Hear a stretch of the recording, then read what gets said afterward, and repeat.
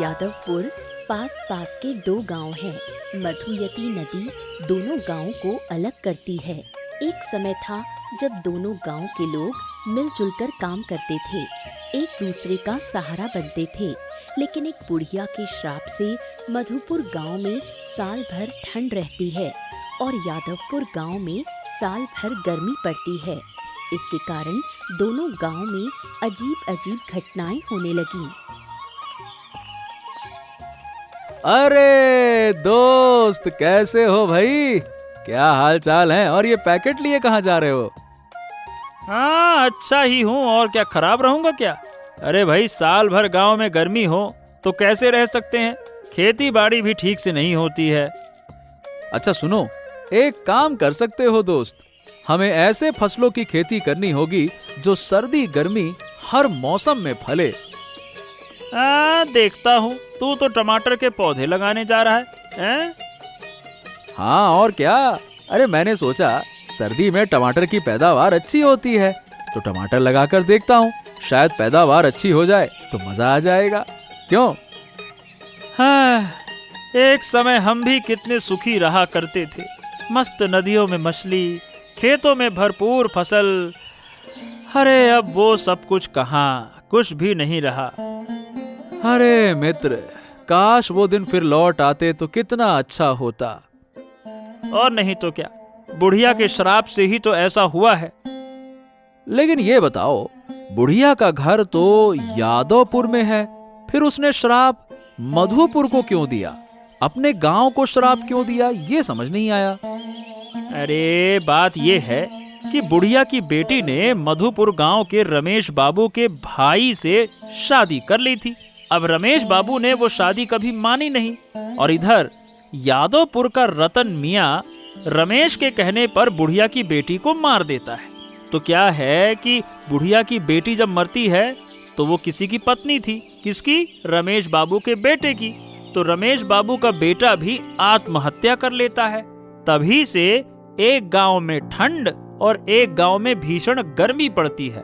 बस सिर्फ वही बुढ़िया इस श्राप से दोनों गांवों को मुक्त कर सकती है। ओ, तो हमें बुढ़िया के पास जाकर विनती करनी चाहिए ताकि वो इस श्राप से सबको मुक्त कर दे। हलवा है क्या? मुझको नहीं लगता कि हमारी विनती का उस पर कोई असर पड़ेगा। अरे बहुत जिद्दी है, जिद्दी। अगर उसने श्राप नहीं हटाया तो जब तक दुनिया रहेगी ये दोनों गांव का यही हाल रहने वाला है। अरे ये हाल वो हाल छोड़ो, चलो दोस्त, मैं जाता हूँ खेत में। धूप चढ़ गई तो पौधे लगा नहीं पाऊंगा। चलो भाई, राम राम।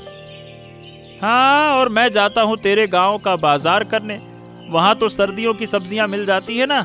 चल भाई, राम राम। हाँ ठीक है, राम राम राम। यादवपुर गांव में रहती है बुढ़िया। बेटी दामाद की जिंदगी में दुर्घटना घटने के बाद से वो अकेली झोपड़ी में रहती है। ठीक 20 साल पहले वो घटना घटी थी। तभी से एक गांव में ठंड और एक गांव में गर्मी बनी हुई है। जैसे इस नदी की मछलियां खत्म हो गई, वैसे ही दोनों गांव के लोग भी खत्म हो जाएंगे। मैं जीते जी ये सब देखना चाहती हूँ। क्या बुढ़िया, ये नदी के किनारे अकेले क्या कर रही हो? बेटी का दुख अभी तक भुला नहीं पाई हो क्या? अरे भाई, अब तो दोनों गांवों को श्राप से मुक्त कर दो। तूने ही मेरी बेटी को 20 साल पहले मार डाला था, तुझे अब तक खत्म नहीं कर पाई। यही मेरा सबसे बड़ा दुख है। अरे इतने सालों बाद भी तेरी जिद देखकर हैरानी होती है। अरे भाई, जो होना था सो हो गया। अब तो तू दोनों गांवों के लोगों को चैन से जीने दे। इस नदी को देख, नदी का एक किनारा गर्म और एक किनारा ठंडा है। इसी वजह से इस नदी में कोई मछली नहीं बची। जैसे इस नदी में मछली नहीं है, वैसे ही एक दिन दोनों गांव के लोग खत्म हो जाएंगे। अरे ओ बुढ़िया, ये जिद ज्यादा अच्छी नहीं होती है। अगर तूने ज्यादा बढ़ा चढ़ा कर किया ना तो तेरी बेटी की तरह तेरा भी ऊपर का टिकट काट दूंगा।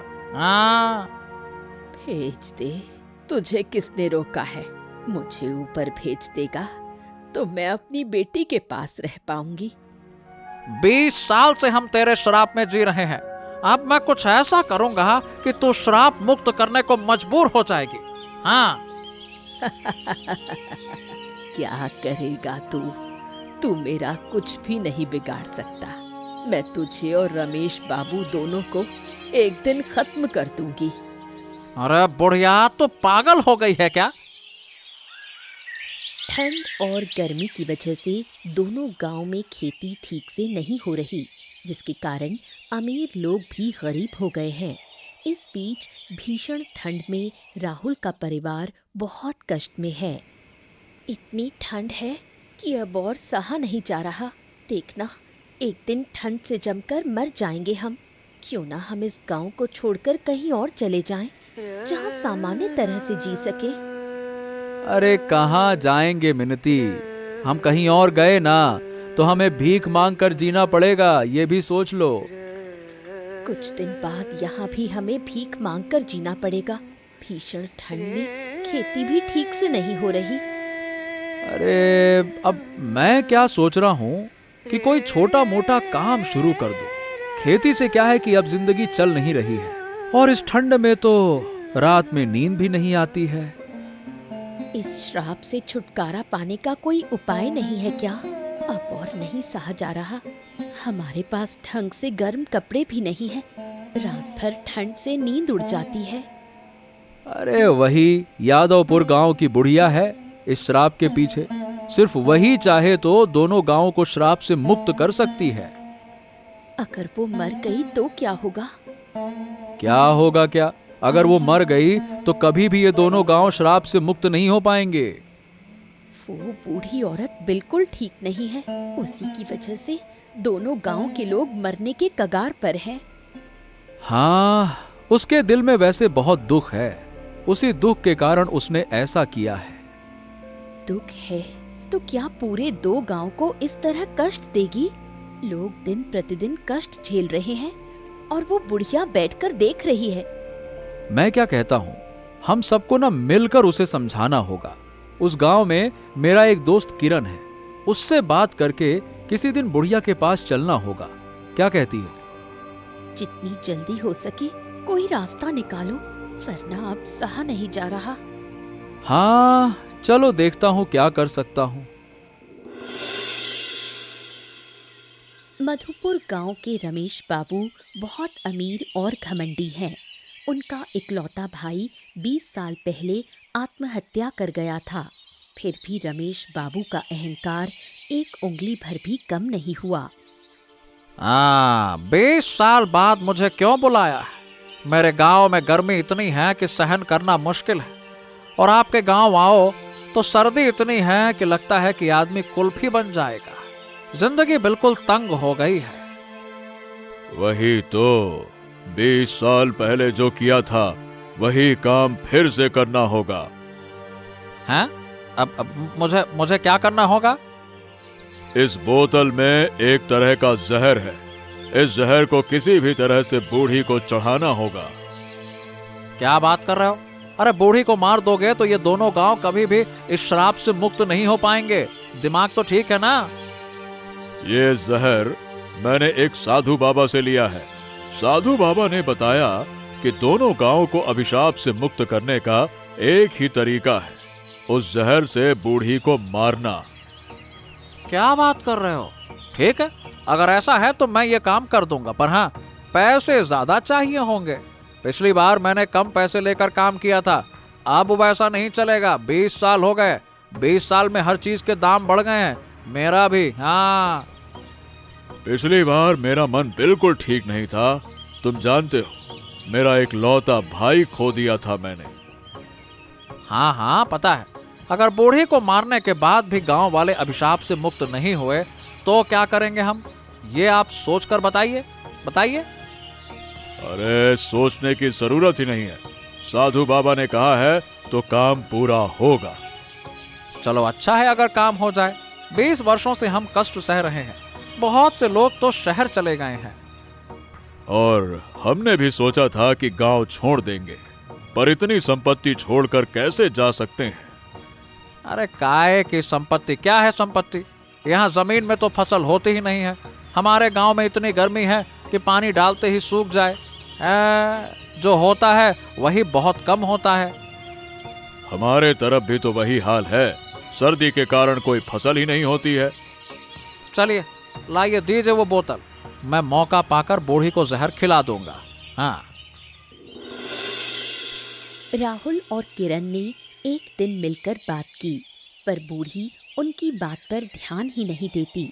बूढ़ी बार बार कहती है जब तक वो रमेश और रतन को खत्म नहीं कर देगी, दोनों गांव अभिशाप से मुक्त नहीं होंगे।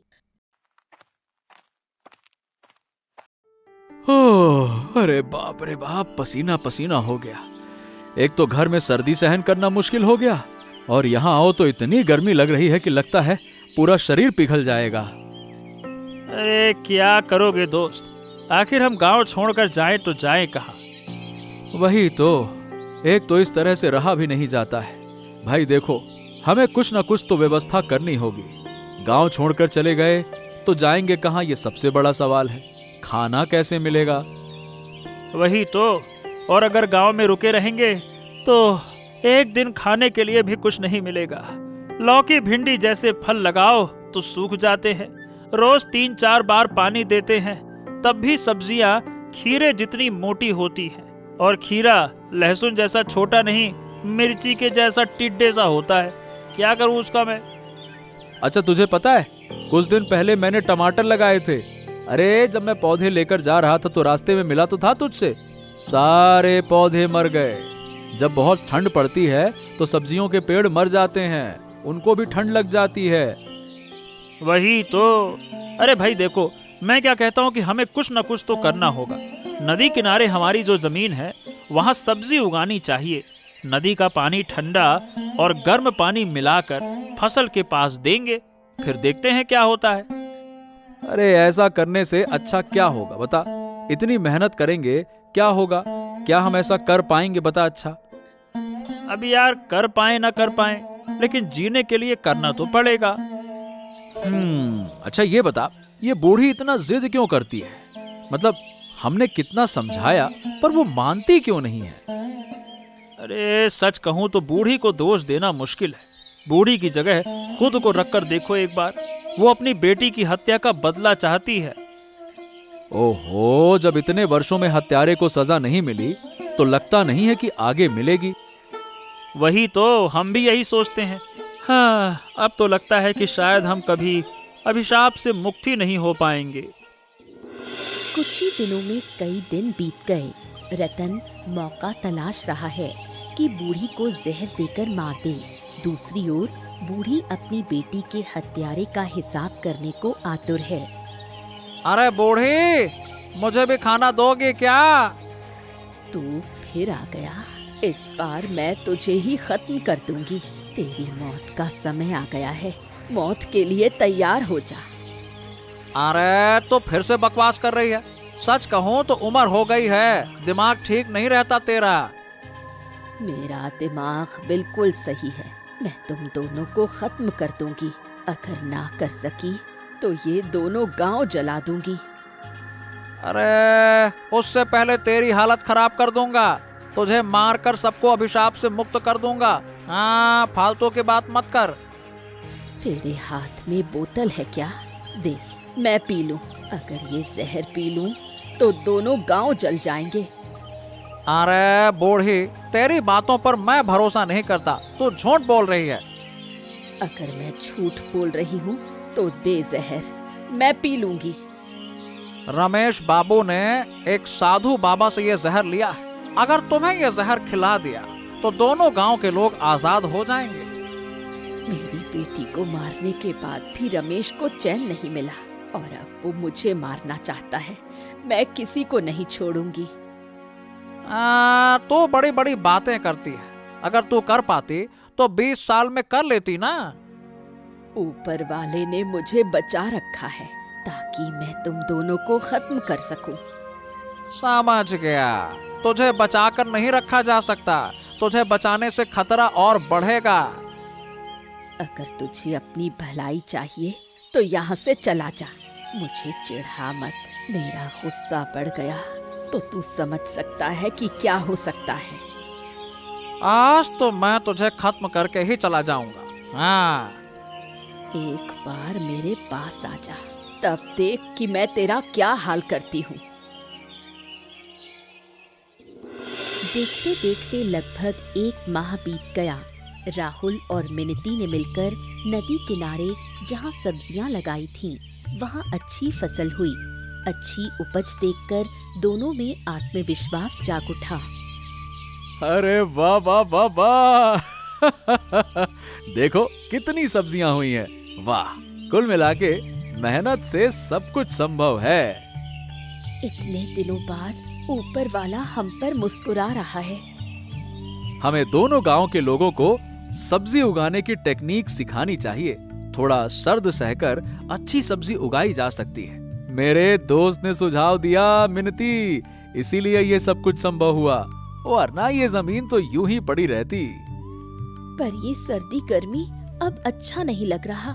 जहाँ हम हैं वो यादवपुर के भीतर है, इसलिए बहुत गर्मी लगती है। वहाँ लौटकर जाने पर फिर सर्दी में कांपना होगा। सच बात है भाई, और ये नहीं सहा जाता। साल में 4 महीने सर्द होने की बात है, पर 20 साल से हम लगातार सर्दी ही सर्दी में जी रहे हैं। बूढ़ी हम पर दया कब करेगी? अपनी बेटी के कारण बूढ़ी दोनों गांव को कष्ट क्यों दे रही है? अरे मुझे लगता है कि एक दिन बूढ़ी अपना अभिशाप उठा लेगी। बूढ़ी तो जिंदा रहे या ना रहे, लेकिन ऐसा दिन आएगा जब ये दोनों गांव खाली हो जाएंगे। ऐसा दिन कभी ना आए मिनती। जब हम छोटे थे तब कितनी शांति थी। बहुत से लोग गांव छोड़ चुके हैं। क्या करें? मैं कहती हूँ चलो हम भी चले जाते हैं। मेरे पिता के गांव चलते हैं। तुम वहाँ थोड़ा सा कारोबार करोगे तो हमारा जीवन चल जाएगा। तू चाहे जितना कहे, पर ससुराल के गांव में कैसे रह पाऊंगा बता? लोग क्या कहेंगे? घर जमाई गांव जमाई, यही कहेंगे। हम अपने पिता के गांव में अपना घर बनाकर रह लेंगे। कहीं जाने की जरूरत नहीं है। अगर हम इस तरह से खेती कर लें तो हमारे गांव में फिर से शांति लौट आएगी। मैं भी चाहती हूँ कि जीवन में शांति वापस आए।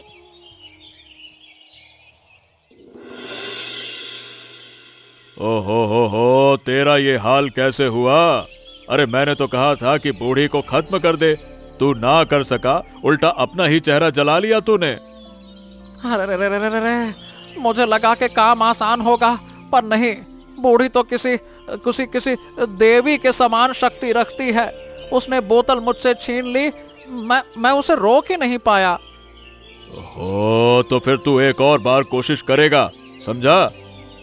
नहीं, मैं अब कोई कोशिश नहीं करना चाहता। बोलते हुए भी दर्द कर रहा है। मेरे चेहरे की हालत दिख रही है।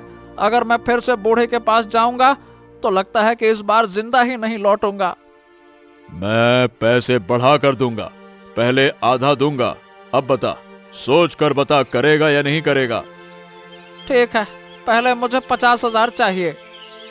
दिए तुझे 50,000 दिए, पर काम न हुआ तो पैसे वापस करने होंगे। हाँ, ठीक है, पैसे वापस कर दूंगा। अब मुझे जहर की बोतल दे दो, लाओ। अब अच्छे से सुन, इस बार बोतल में कुछ और है, मतलब तरीका बदल गया है। साधु बाबा ने जो बोतल दी थी उसमें हवा भरी है। बूढ़ी की नाक के पास ले जाकर बोतल खोल देने से वो मर जाएगी, पर सावधान रहना, किसी भी तरह हवा तेरी नाक में ना जाए। अरे ये तो पिछली बार से भी ज्यादा कठिन है। कठिन तो है, पर असरदार भी है। इस तरह बूढ़ी को मारना आसान होगा। हाँ ठीक है, अब मैं बिल्कुल ठीक ठाक से काम करूंगा। लाइए बोतल दीजिए। वो बोतल तो मेरे पास नहीं है। जिसे बूढ़ी को खत्म करना है उसे सीधे साधु बाबा से बोतल लेनी होगी। ओहो, अब ये साधु बाबा कहाँ रहते हैं? मुझे तो नहीं पता।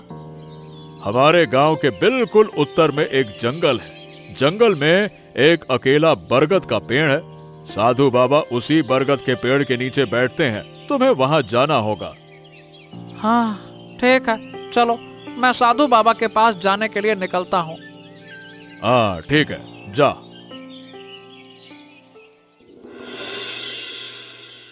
किरण और राहुल दोनों गांव के लोगों के भले की कोशिश करते हैं, फिर भी ज्यादा गर्मी और ठंड में लोग अच्छे से नहीं रह पा रहे हैं। इसलिए दोनों दोस्त मिलकर तय करते हैं कि वो फिर से बुढ़िया से बात करेंगे।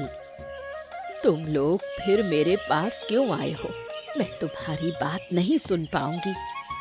अरे बूढ़ी माँ, मेरी बात तो सुनो। मैं क्या कह रहा हूँ कि 2 लोगों के अपराध की सजा पूरे गांव के लोगों को नहीं दे सकती हो।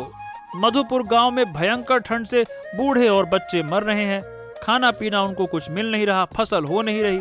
हमारे गांव में भयंकर गर्मी से बूढ़े बच्चे मर रहे हैं, फसल नहीं हो रही। दोनों गांव की हालत एक जैसी है। जब मेरी बेटी को बेरहमी से मार दिया गया था, तब कोई उसे बचाने नहीं आया, कोई मुझे सांत्वना देने नहीं आया। मेरे दर्द को समझने की ताकत तुम में नहीं थी। अगर होती तो बार बार मेरे पास नहीं आते। बूढ़ी माँ, तो क्या हम कभी मुक्त नहीं हो पाएंगे? इस बार सोच रही हूँ दोनों गांव को श्राप मुक्त कर दूं, मगर मेरा कुछ काम है, वो पूरा कर पाओगे तो ही श्राप मुक्त करूंगी। हाँ चलो, कम से कम एक उम्मीद तो दिखाई दी। तुम्हारी बातें सुनकर हमें भरोसा हुआ। लेकिन अगर तुम मेरी मदद करोगे तो ही ये संभव है। हाँ बिल्कुल। अरे आप जो कहेंगी हम वही करेंगे बूढ़ी माँ। आप हमें बस ये बताइए करना क्या होगा। मैं तुम्हें एक तरह की दवा दूंगी। ये दवा किसी भी तरह रमेश के घर पहुंचा देनी होगी। घर में किसी भी जगह रख दो। इस दवा की गंध जब रमेश के घर के चारों ओर फैल जाएगी तो वो भयंकर बीमारी से ग्रस्त होगा और धीरे धीरे मर जाएगा। बिल्कुल, हम कर पाएंगे बूढ़ी माँ, और हमें ये करना ही होगा। ठीक है। जब रमेश बीमारी से ग्रस्त होगा तभी दोनों गांव श्राप मुक्त होंगे। और वो दवा कहाँ है? लाइए, हमें दे दीजिए। हम आज ही रमेश के घर जाएंगे। आज नहीं, तुम लोग सुबह सूरज निकलने से पहले जाना, नहीं तो दवा काम नहीं करेगी। ठीक है बूढ़ी माँ, आप बस दवा दीजिए, फिर देखिए मैं क्या करता हूँ। तुम लोग जरा बैठो, मैं दवा लेकर आती हूँ।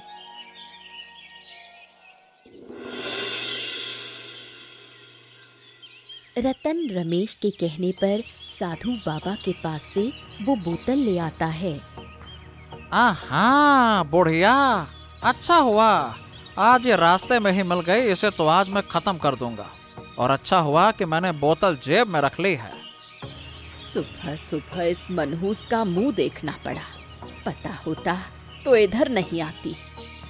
ओ बुढ़िया, ओ कहाँ अकेली अकेली क्या बड़बड़ा रही हो? उस दिन मेरे मुंह का क्या हाल किया था तुमने? देखो देखो, पूरा मुंह जल गया मेरा।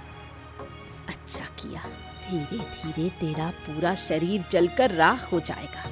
मेरी बेटी के कत्ल का बदला लेने के लिए मुझे 20 साल इंतजार करना पड़ा। ओ बुढ़िया, तुम्हारी जिद की वजह से 2 गांव के लोग शांति से नहीं जी पा रहे हैं। शांति आएगी, लेकिन वो शांति तू और रमेश नहीं भोग पाओगे। बुढ़िया, अब तुम्हारी बातों पर मुझे विश्वास नहीं है। मेरी बात पर कौन विश्वास करने को कह रहा है? अब मेरे सामने से हट जा। हंस क्यों रहा है? कभी आईना देखकर अपना मुंह देखा? तेरा मुंह इतना डरावना हो गया है कि कोई भी देखेगा तो डर जाएगा। बुढ़िया, तुमने मेरा जितना नुकसान किया है मैं तुम्हें छोड़ूंगा नहीं। थोड़ा सा मुंह जल गया तो ऐसा कर रहा है। मेरे हाथ की ये बोतल देख रही हो? इसका मुंह खोलकर तुम्हारी नाक में डाल दूंगा तो तुम मर जाओगी। उस बोतल का मुंह खोलते ही पहले तू मरेगा, फिर मैं मरूंगी। अच्छा, तो तुम मुझे डराती हो? मैं तुमसे नहीं डरता। हाँ। पिछली बार भी मुझे जहर खिलाने आया था और खुद मुसीबत में पड़ा था। इस बार भी वैसा ही होगा। तू जब मुझे मारना ही चाहता है, मार, मेरा काम पूरा हो चुका है। अब मैं शांति से मर सकती हूँ। अरे ओ बुढ़िया, आज तो तुम्हारा आखिरी दिन है। नदी किनारे बोतल का मुंह खोलकर जब बुढ़िया की नाक में लगाया गया, तभी बोतल से निकली हवा रतन की नाक में भी चली गई। नतीजा, बुढ़िया और रतन दोनों साथ में मर गए। शैतान बुढ़िया को मारने आया था, खुद भी मरकर खत्म हो गया। हाँ मिनती, सही बताऊं तो बुढ़िया के लिए मुझे बहुत दुख हो रहा है। उसने जिंदगी भर कभी सुख नहीं देखा। अच्छा, बुढ़िया तो मर गई, अब ये गांव श्राप मुक्त कैसे होगा? हमारे पास ये दवा है। वो दवा हमें रमेश के घर जाकर जितनी जल्दी हो सके रखनी होगी। इतने दिन हो गए, अभी तक रखा क्यों नहीं? अरे रखना कहने से मतलब अपने आप थोड़ी ना रख जाएगा। सुबह सूरज निकलने से पहले हमें रखना होगा। उधर किरण भी कई दिन से घर पर नहीं है। किरण आए तो जल्दी से जल्दी काम करना होगा। अरे ये दोनों लाशें क्या ऐसी ही पड़ी रहेंगी?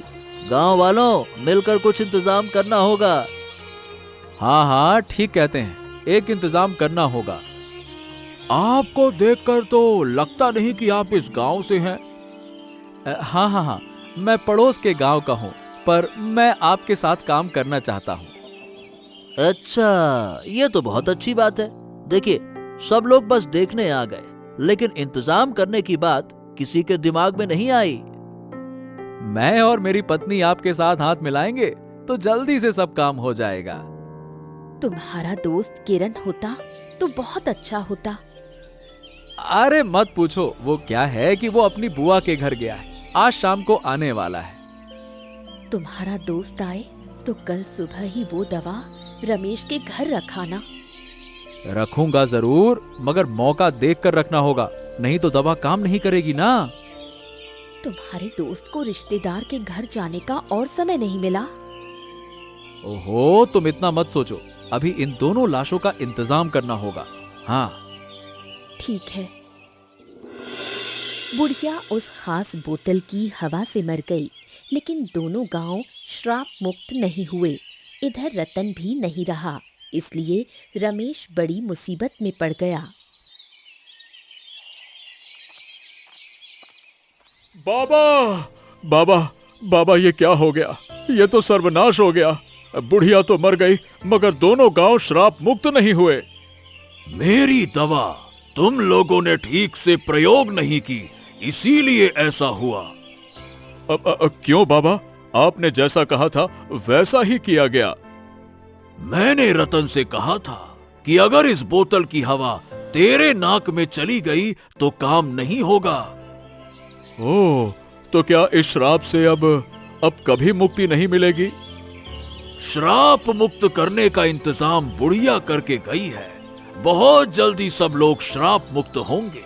सब कुछ 20 साल पहले जैसा हो जाएगा। नदी का पानी मिल जाएगा। दोनों गांव के लोग मिलकर काम करेंगे। अरे वाह, ये तो बहुत सुखद समाचार है बाबा। हाँ, मगर तू इस आनंद को नहीं भोग पाएगा। जब सब लोग सुख में रहेंगे तब तू इस दुनिया से बहुत दूर होगा। बाबा, आपकी बात मैं कुछ समझ नहीं पा रहा। बुढ़िया ने ऐसा इंतजाम किया है कि अगर वो काम हुआ तो तू मर जाएगा। क्या? नहीं नहीं नहीं नहीं नहीं, ये नहीं हो सकता। फिर श्राप मुक्त होने की कोई जरूरत नहीं है। बुढ़िया ने क्या इंतजाम किया है बाबा, बताइए। एक तरह की दवा उसने दोनों गांव में से किसी एक आदमी को दी है। वो दवा तेरे घर में रखी जाएगी और कुछ दिनों बाद तू मर जाएगा। किसे दी है? और वो आदमी है या औरत? वो आदमी है। ओह, तो दोनों गांव के हर आदमी को मैं पकड़ पकड़ के मार डालूंगा। ऐसा करके तू अपनी ही मुसीबत बढ़ाएगा। जो होना है उसे स्वीकार कर ले। हाँ, नहीं नहीं नहीं नहीं, मैं कुछ भी स्वीकार नहीं करूंगा। मैं नहीं मर सकता। ये सब कुछ नहीं होता अगर 20 साल पहले तू अपने भाई की शादी उस बुढ़िया की बेटी से जो हुई थी, अगर वो शादी मान लेता तो। बाबा, बहुत बहुत धन्यवाद आपके ज्ञान का। चलिए अब मैं चलता हूँ, बहुत देर हो रही है। देखते देखते कई दिन बीत गए। उधर किरण की कोई खबर नहीं। राहुल ने तय किया कि अगर किरण रिश्तेदारों के घर से लौटने में देर करता है तो वो खुद रमेश के घर जाकर दवा रखाएगा। बहुत देर कर दी तूने। भूल गया क्या कि बुढ़िया ने तुझे क्या जिम्मेदारी दी थी? आप कौन हैं बाबा, और बुढ़िया ने क्या जिम्मेदारी दी थी, ये आपको कैसे पता? मुझे सब पता है। बुढ़िया की सारी खबरें मुझे रहती थी। तेरे पास जो दवा है, अगर कल सूरज उगने से पहले रमेश के घर नहीं रखी गई तो इस दवा का कभी असर नहीं होगा। क्या? ओहो, तो ठीक है, कल सुबह ही हम काम पूरा कर देंगे।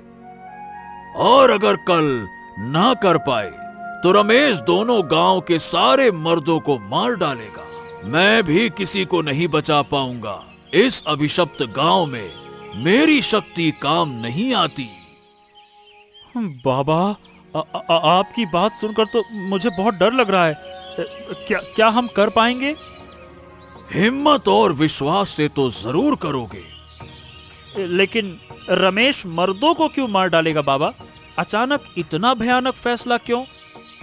मैंने कहा था कि दोनों गांवों के किसी 2 मर्दों के पास वो दवा है। ओहो, आपने क्यों कहा बाबा? अगर आप ना बताते तो उसे पता ही नहीं चलता। अब आपकी बात सुनकर लगता है कि आप मदद करना चाहते हैं या हमें नुकसान करना चाहते हैं। कोई मुझसे कुछ पूछेगा तो बताना मेरा धर्म है। किसके पास दवा है ये तो मुझे पता था, पर रमेश को नहीं बताया मैंने। ये ना बताने से मुझे नुकसान भी हो सकता है। हाँ, आपसे मिला तो अच्छा हो गया। चलिए, वरना बहुत बड़ा संकट हो जाता। बाबा, आपको धन्यवाद दूं तो भी कम होगा, लेकिन काश बुढ़िया जिंदा रहती। अगर बुढ़िया ना मरी होती तो दवा असर भी नहीं करती। बुढ़िया ये खुद जानती थी। बाबा, अब मैं घर जाता हूँ। कल सुबह हमें हर हाल में कामयाब होना होगा। आशीर्वाद दें बाबा। जा जा बेटा जा, सफल हो। किरण वहां से सीधा राहुल के घर गया। दोनों सारी रात सो नहीं पाए। उधर रमेश बिल्कुल हिंसक हो गया था। उसने तय किया था कि 2-3 दिनों में मधुपुर और यादवपुर के सभी पुरुषों को मार डालेगा। ओहो, इतनी रात को यहाँ आना ठीक नहीं होगा। हम थोड़ी देर बाद भी आ सकते थे, समझना। अरे क्या थोड़ी देर बाद आ सकते थे? अगर देर हो जाती तो कुछ भी नहीं हो पाता। हमें याद रखना होगा कि आज ही आखिरी दिन है, समझा? अरे मुझे बहुत डर लग रहा है। अगर हम ना कर पाए तो सब कुछ खत्म हो जाएगा। अरे दोस्त, हमें जरूर करना होगा। चलो। लेकिन ये बता कि रमेश के घर के अंदर हम जाएंगे कैसे? कोई देख लेगा तो अंदर जाने नहीं देगा और फिर सब खत्म। ओहो, सबकी नजरों से बचकर जाना होगा। दोस्त, वो देखो, खिड़की खुली है। हम उसी खिड़की से दवा अंदर फेंक देते हैं, क्या कहते हो? अरे अगर ऐसा किया तो दवा का असर नहीं होगा। हाँ, ये बात भी है। दवा घर के अंदर पहुंचानी चाहिए। और नहीं तो क्या। चलो आओ। अच्छा दोस्त, सुबह होने वाली है। हमें अभी काम करना होगा। उजाला होते ही दवा असर नहीं करेगी, समझ रहे हो ना? अरे तो ये लो, ऊपर वाले का नाम लेकर मैं दवा फेंकता हूँ। अरे थोड़ा और ऊपर उठाकर। खिड़की बहुत ऊंची है। और हाँ। ठीक है दोस्त।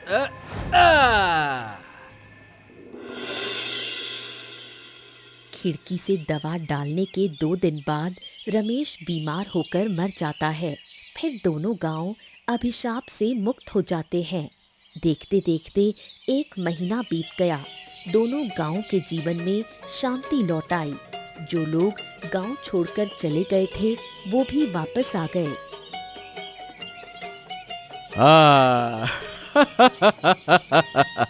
ये दृश्य देखकर बहुत शांति मिल रही है दोस्त। 20 साल बाद लोग नदी में स्नान कर रहे हैं। अब तो एक गांव से दूसरे गांव जाने के लिए नदी पार करनी होगी। पहले तो बहुत घूम कर जाना पड़ता था। अरे दोस्त, अब दोनों गांव के लोग मिलकर नदी किनारे एक दिन पिकनिक का आयोजन करें तो मजा आ जाएगा। हाँ, ये तो बहुत अच्छा होगा। मैं अपने गांव वालों को बता दूंगा। और मैं अपने गांव वालों को बताऊंगा। तो ये बताओ, कब आयोजन करें? अरे सब लोगों से चर्चा करके कोई अच्छा सा एक दिन देखकर कर लेंगे। लेकिन सही बताऊं, बुढ़िया के लिए मुझे कभी कभी बहुत दुख होता है। हाँ, ये तो है। उसने दोनों गांव को बहुत तकलीफ दी, लेकिन वो दिल से अच्छी इंसान थी। हाँ, ये बात तुमने सही कही। चलो खैर, अब तो सब अच्छा है ना। ऐसी ही मजेदार कहानियां देखने के लिए हमारे चैनल को सब्सक्राइब करना मत भूलिए।